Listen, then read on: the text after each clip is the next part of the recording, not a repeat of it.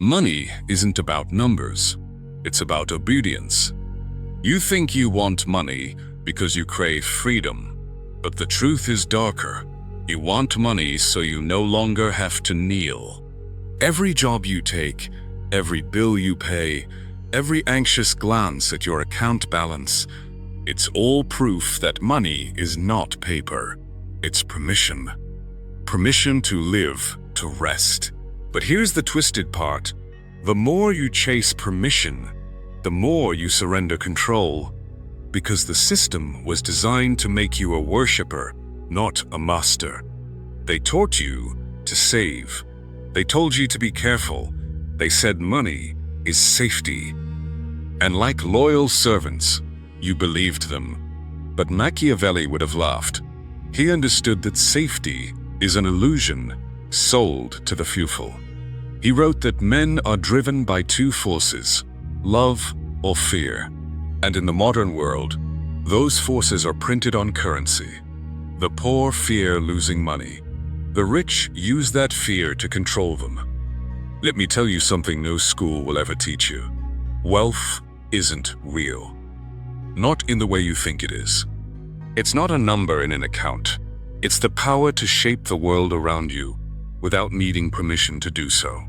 A rich man and a poor man both wake up in the morning. One checks the time, the other decides it. That's the only difference that matters. Because money, in its purest form, isn't for buying things. It's for buying leverage. And leverage, the quiet, invisible kind, is the most intoxicating form of power. The kind that doesn't shout, but rearranges reality with a whisper. But here's the trap. Most people don't want power. They want comfort. They think wealth is a soft pillow, not a sharp sword. That's why they save money, but never grow it. They cling to it like it's oxygen, not realizing it's supposed to be fuel. A master doesn't save money to feel secure. He spends it to feel dangerous. Because danger, not safety, breeds respect. You can see this everywhere. The man who plays it safe at work never gets promoted. The company that avoids risk never dominates. The person who hoards cash never multiplies it. Safety is the religion of the powerless, and comfort is the price they pay for it. Machiavelli once said, "It is better to act and repent than not to act and regret." The poor repent their inaction every day, but call it stability. They convince themselves that waiting is wisdom and that patience is a virtue. But what they really mean is fear. Fear of loss, fear of risk, fear of standing alone. And here's the paradox. Every empire, every dynasty, every fortune was built by someone who spent when others hesitated. They spent money, time, reputation, and sometimes even sanity, because they understood one unbreakable rule. Wealth belongs to the one who moves first, not the one who moves safe. You were trained to think in scarcity, to see money as something that runs out, to fear every expense as a loss. But a Machiavellian mind doesn't think in loss, it thinks in control. A poor man asks, "Can I afford this?" A rich man asks, "What power does this buy me?" That's the secret no one dares to tell you.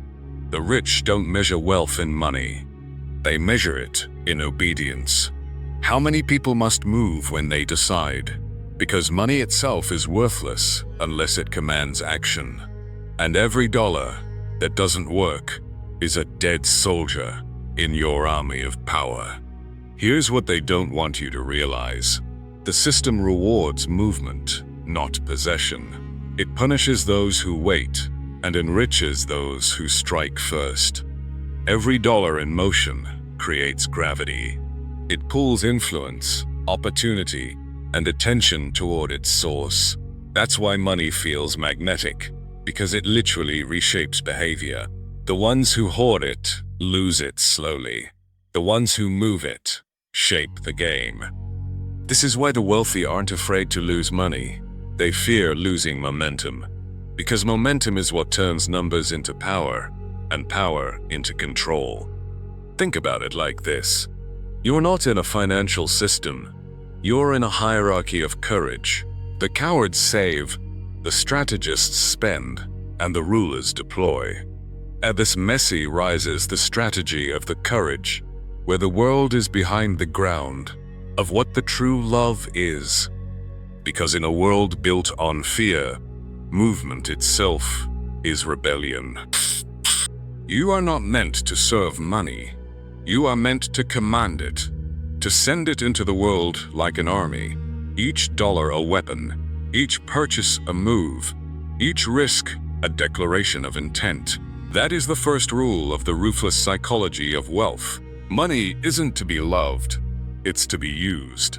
Now that you see the illusion that wealth is not what you hold, but what you control, it's time to understand how power truly flows. In the next chapter, we enter the battlefield of money in motion, where stagnation means death, and the ones who move strategically become untouchable. Money dies in stillness. It decays in savings accounts, suffocates in fear, and rots in the hands of the cautious. Movement is the pulse of wealth. Stillness is its grave. Every empire, every fortune, every power structure has obeyed this same invisible law, that money only multiplies when it moves. The moment you try to protect it, you begin to lose it. That's why Machiavelli said, "He who wishes to be obeyed must know how to command." In the world of money, command means motion. Because the truth is brutal, the economy doesn't reward you for saving, it rewards you for circulating. The banks use your savings to get rich. The investors use your fear to buy what you hesitate to touch. And the rulers of the system, they profit not from owning money, but from moving it faster than you can. You see, the poor are taught that money is something to keep. The rich are taught that money is something to deploy. The difference sounds small, but it changes everything. The poor see every expense as a wound. The rich see every expense as a calculated strike. Every dollar a rich man spends is a soldier, armed, trained, and sent into battle with orders to return with more power than it left with. A poor man, however, guards his soldiers behind castle walls, terrified to lose even one. He feels safe, but safety breeds decay. Because in the war of economics, an idle army starves. Money in motion becomes momentum, and momentum creates leverage. And leverage builds power that compounds silently over time. Think about it. The rich don't hoard, they circulate. They invest in ideas, people, access, and systems. They feed motion, and that's why even when they lose, they recover. Because movement regenerates faster than savings. Meanwhile, the cautious saver spends years protecting what inflation devours in months. His reward for discipline is erosion. Machiavelli would call this the illusion of virtue, appearing wise while secretly submitting to fear. Look closely, and you'll see it everywhere. The investor buys control over time. The entrepreneur buys freedom from obedience. The powerful buy silence from those who oppose them. Each of them moves money not for pleasure, but for position. They're not trying to get rich, they're trying to stay ungoverned. Because the true purpose of wealth is not comfort, it's escape. Escape from the necessity to ask permission ever again. Here's what they'll never teach you in school. Money that doesn't move isn't neutral. It's loyal to someone else. Or the moment you deposit your savings into a bank, that money is no longer working for you. It's building the empire of the institution that lent it out in your name. You think you're being responsible. But responsibility in this system means submission. The rich don't submit, they circulate. They make their money so restless, it never sleeps. Because they understand that the true security doesn't come from storing, it comes from controlling motion. The man who can move resources at will who can channel capital toward opportunity in seconds, he owns the battlefield. The saver merely hides in the trenches, clutching coins that lose value every dawn. But this law of motion isn't just about finance. It's about psychology. When your money moves, your mind moves with it. You think sharper, act faster, plan further. You evolve. Stagnation doesn't just kill money, it kills ambition. That's why the poor often feel paralyzed and the rich appear fearless. They've trained their minds to flow like their wealth, constantly circulating, never still. Machiavelli warned that fortune favors the bold because motion itself attracts opportunity. The world opens for those in movement and closes for those standing still. Think of money as blood. When it circulates, the body thrives. When it stagnates, disease sets in. Your financial system works the same way. Fear clots the flow. Desire fuels it. Discipline directs it. You must become the heart that commands that circulation, strong, rhythmic, and relentless. That is the Machiavellian truth of the second law. If your money isn't serving a mission, it's betraying you. Most people think the opposite of wealth is poverty. It's not. The opposite of wealth is stagnation, because poverty can be temporary. Stagnation is spiritual decay. The moment you stop taking calculated risks, you start decaying under the illusion of stability. That's why you'll find that the most powerful people are always slightly restless. They're addicted to momentum, not greed, but motion itself. They know that once you stop expanding, you start obeying. You were never meant to serve money. Money is meant to serve you. And the only way to do that is to keep it moving. Not carelessly, but strategically. Not for status, but for strength. Every dollar you put into the right motion expands your control. Every dollar you keep still strengthens the system that controls you. So ask yourself, are you building empires or preserving cages? In the next chapter, we dive deeper into how the masters of money use motion to buy not just things, but control. Because wealth, to a Machiavellian mind, is not measured in possessions. It's measured in how many people's time, decisions, and destinies can be quietly purchased by your moves. That's the third law, and it changes everything. Most people spend money to feel something, but the powerful spend it to cause something. There's a difference, and that difference divides the ruled from the rulers. The average man spends to be seen, to escape, to soothe. He buys comfort because he feels powerless. He buys symbols because he lacks substance. He buys pleasure because he cannot command it. But a Machiavellian mind never spends for emotion. He spends for influence. Because money, in its purest form, is not meant for consumption. It's meant for control. Every dollar you spend either weakens or strengthens your position in the social order. And yet, most people treat money like a drug, something to numb the sting of obedience. They buy distraction, not direction. Entertainment, not advantage. Luxury, not leverage. But understand this, luxury is the tax the powerful invented to keep the weak obedient. They sell you the illusion of success, while they quietly buy your attention, your labor, your time. You chase the image of wealth, while they purchase the infrastructure of your dependence. That is how power perpetuates itself, through psychological engineering, disguised as lifestyle aspiration. Machiavelli would tell you that power must always appear generous, while remaining ruthless beneath the surface. The rich mastered this centuries ago.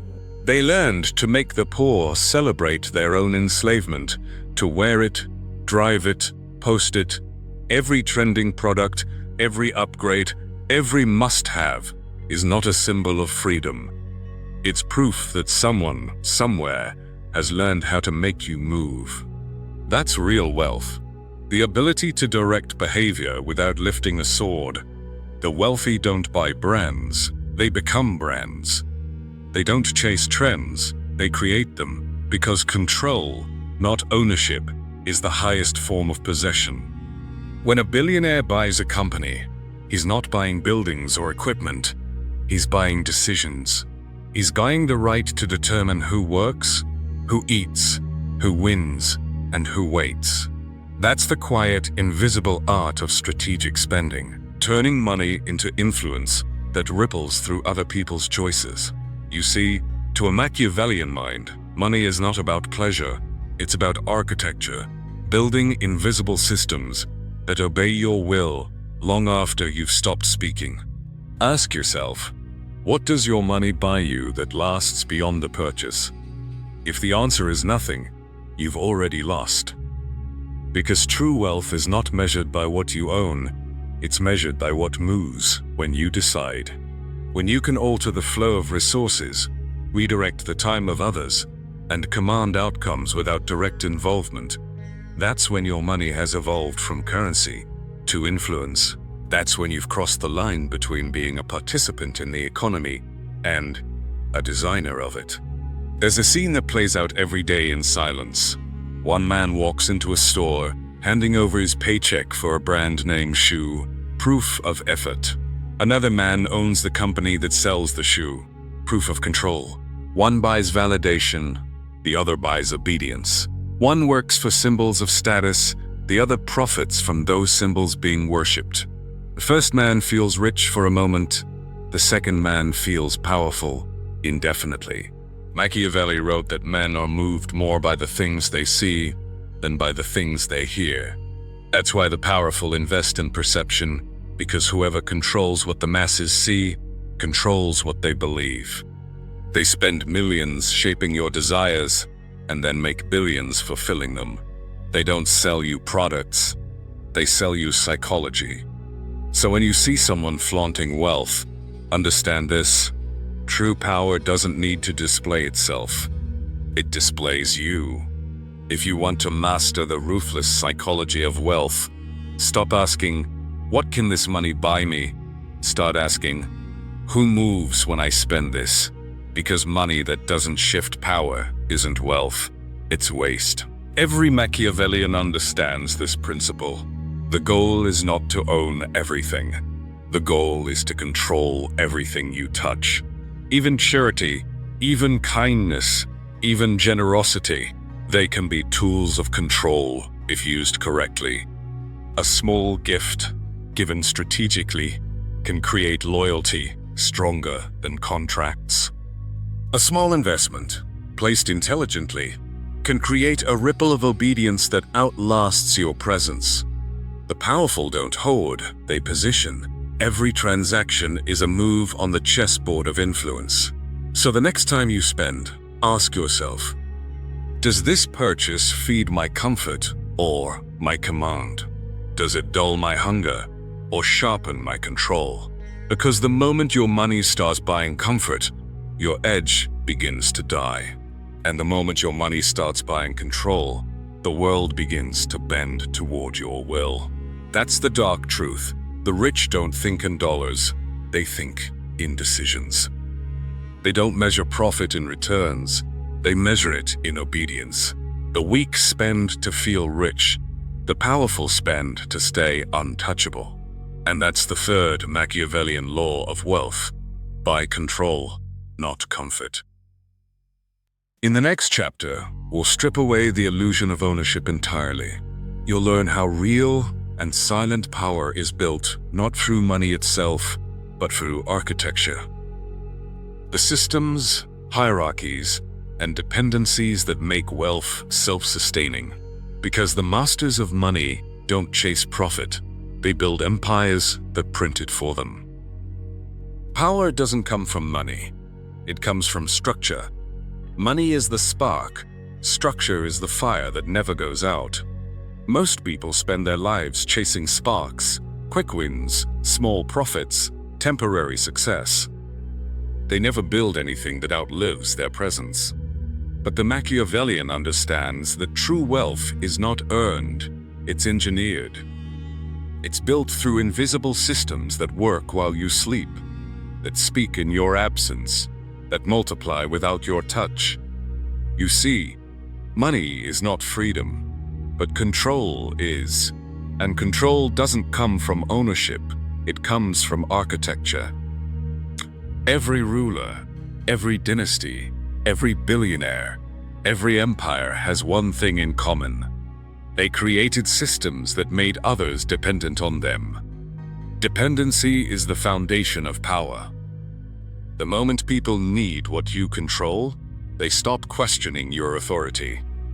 Machiavelli warned that the wise prince must build his power upon that which cannot be easily taken.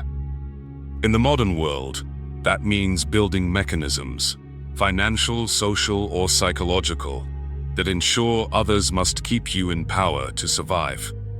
The king who owns land controls his peasants. The corporation that owns data controls its users. The bank that holds your mortgage owns your future. Power is not just having, it's making others unable to function without what you have. This is why the truly wealthy never chase status. They build dependency loops. The influencer wants followers. The strategist wants dependency. One seeks attention, fleeting, fragile, always hungry. The other builds systems that feed him forever, quietly, invisibly. Because when people depend on you, their loyalty isn't emotional, it's structural. They don't stay because they love you. They stay because leaving you would hurt. That's not cruelty, that's design. Think of the empire builders. They buy media companies, not for profit, but to shape perception. They buy politicians, not for policy, but for insurance. They buy assets that make others' survival hinge on their decisions. This is how wealth becomes architecture, a network of control disguised as capitalism. The weak chase the appearance of freedom. The powerful create the conditions that define it. That's why you can't defeat them by competing. You can only win by designing your own structure. Here's the formula the rulers of the world use. Create a system that solves a need. Make that need constant. Make yourself the irreplaceable supplier of it. That's it. That's how religions are built. That's how banks endure. That's how platforms, governments, and empires survive for centuries. They don't need to win hearts. They just need to make the world depend on their existence. Because once dependency is achieved, resistance becomes self-destruction. But there's a deeper layer, the psychological architecture. The most refined form of control doesn't come from rules or contracts. It comes from shaping belief. Make someone believe your system is benevolence, and they'll protect it even as it enslaves them. That's the genius of modern power. The rulers made control look like opportunity. They made obedience look like ambition. They made slavery look like choice. You think you're chasing success, but you're fueling someone else's structure. Every app you open, every product you buy, every platform you scroll is an altar in the temple of another man's design.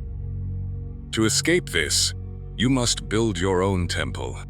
You must create systems that move without you, generate results without your emotion, and expand without your permission. Because control that depends on your constant effort isn't control, it's labor in disguise. The powerful don't trade time for money. They trade systems for obedience. Their time is spent building engines that never stop running. Businesses that sell automatically. Investments that yield perpetually. Networks that grow silently. This is the modern equivalent of monarchy, owning the systems that everyone else must use to live. So here's the Machiavellian test. If your wealth requires your daily attention, you are still a worker. If your wealth moves without you, you are becoming a ruler. That's the difference between a man with money and a man with power. Money can be stolen, lost, taxed, or inflated. But systems, true systems, live beyond you. They command even after your name is forgotten. That's why kings build kingdoms, not fortunes. That's why the rich build networks, not savings. And that's why the intelligent build dependence, not admiration. This is the ruthless architecture of power. Build things that make the world need you more than you need it. It could be a company, a brand, a network, or even a reputation. Anything that creates gravity strong enough to keep others orbiting around your influence. And the irony, once you build that, you no longer need to chase money. Money chases you, pulled into your orbit by the structure you designed. Machiavelli said, "Men are kept honest by necessity more than by virtue. Create necessity, and you'll never have to demand loyalty." That's the fourth law of the ruthless psychology of wealth. Don't chase power. Design systems that make power chase you. In the final chapter, we complete the transformation. You'll learn the ultimate discipline of the Machiavellian wealthy, emotional detachment from money itself. Because the moment you stop needing money, you become the kind of person who can't lose it. That's the final and cruelest truth. Fortune serves only those who no longer worship her. At the highest level of power, money stops being emotional. It becomes mechanical. To the masses, money is a dream, a drug, a source of validation. To the master, money is a weapon, silent, precise, and merciless. The difference isn't in what they own, it's in what they feel. The poor feel money, the powerful use it. This is the final transformation, detachment. Because the moment money controls your emotions, it controls you. And a man ruled by his emotions can never rule the world. Machiavelli warned that fortune is a woman. To master her, one must treat her roughly. He wasn't speaking of cruelty, he was speaking of dominance over dependence. Money is fortune in modern form. She rewards those who act without attachment, and she punishes those who hesitate out of love or fear. Most people cling to money with trembling hands, terrified to lose it. They pray to it like a god, yet behave like its slaves. But the Machiavellian mind knows money is not to be adored. It is to be commanded. You must learn to treat it as a tool, not a treasure, as a sword, not a shrine. Because once you start loving your weapon, you stop using it effectively. Detachment does not mean carelessness, it means clarity. It means moving money strategically, without the poison of greed or the paralysis of fear. Greed is just another form of insecurity. It says, "I need more to feel safe." But the master already feels safe, because his security doesn't come from wealth, it comes from control. Fear and greed are the twin chains of the powerless. They keep men working for decades, saving for comfort, and dying in quiet obedience. You will never find freedom in emotional attachment to money, only anxiety disguised as ambition. The masters play a colder game. They invest without hope. They lose without despair. They give without attachment. They win without celebration. Because they understand that fortune flows, and the hand that grips too tightly crushes its own advantage. This is why you'll see the wealthy risk millions calmly, while the poor panic over hundreds. It's not the size of the wealth that creates confidence. It's the psychology of control. They know that as long as they keep moving, structuring, and commanding, fortune remains their servant. She can betray them temporarily, but never permanently. Here's a secret only the emotionally detached ever discover. The less you need money, the faster it comes. Because money, like power, flows towards strength, not desperation. It's drawn to calmness, to clarity, to decisiveness. The man who can lose without breaking, who can act without begging, who can move without explaining, becomes magnetic to opportunity. He radiates authority because the world senses he cannot be bribed by comfort or broken by loss. That is the aura of the master, untouchable, unrushed, unbought. Detach from money, not by rejecting it, but by transcending it. You still play the game, but you no longer belong to it. You still use the weapon, but you no longer fear the blade. You understand what most never will, that money is just condensed power. And like all forms of power, it belongs to the one with the coldest hand. Think of the great rulers. They built wealth empires not because they wanted gold, but because gold made others obedient. They used riches as bait, as leverage, as armor, but never as identity. When Machiavelli advised princes, he didn't teach them to chase riches. He taught them to chase stability of power. That's what true wealth is. Stability. The ability to lose today and still command tomorrow. Because when your influence runs deeper than your possessions, you cannot go bankrupt. You'll know you've reached mastery when your mind feels calm while others panic. When markets crash and you move like a predator in fog. When people sell in fear and you buy in silence. Because to the detached, chaos is just discounted opportunity. That's the final stage of the Machiavellian transformation, becoming untouchable through indifference. Not careless indifference, strategic indifference. You stop reacting to wins or losses. You start directing them. You don't chase fortune anymore. You build the conditions that make her return to you, inevitably, obediently, respectfully. Repeat this truth until it becomes instinct. Money is not the goal. Money is the medium. It is not what you serve, it is what you send.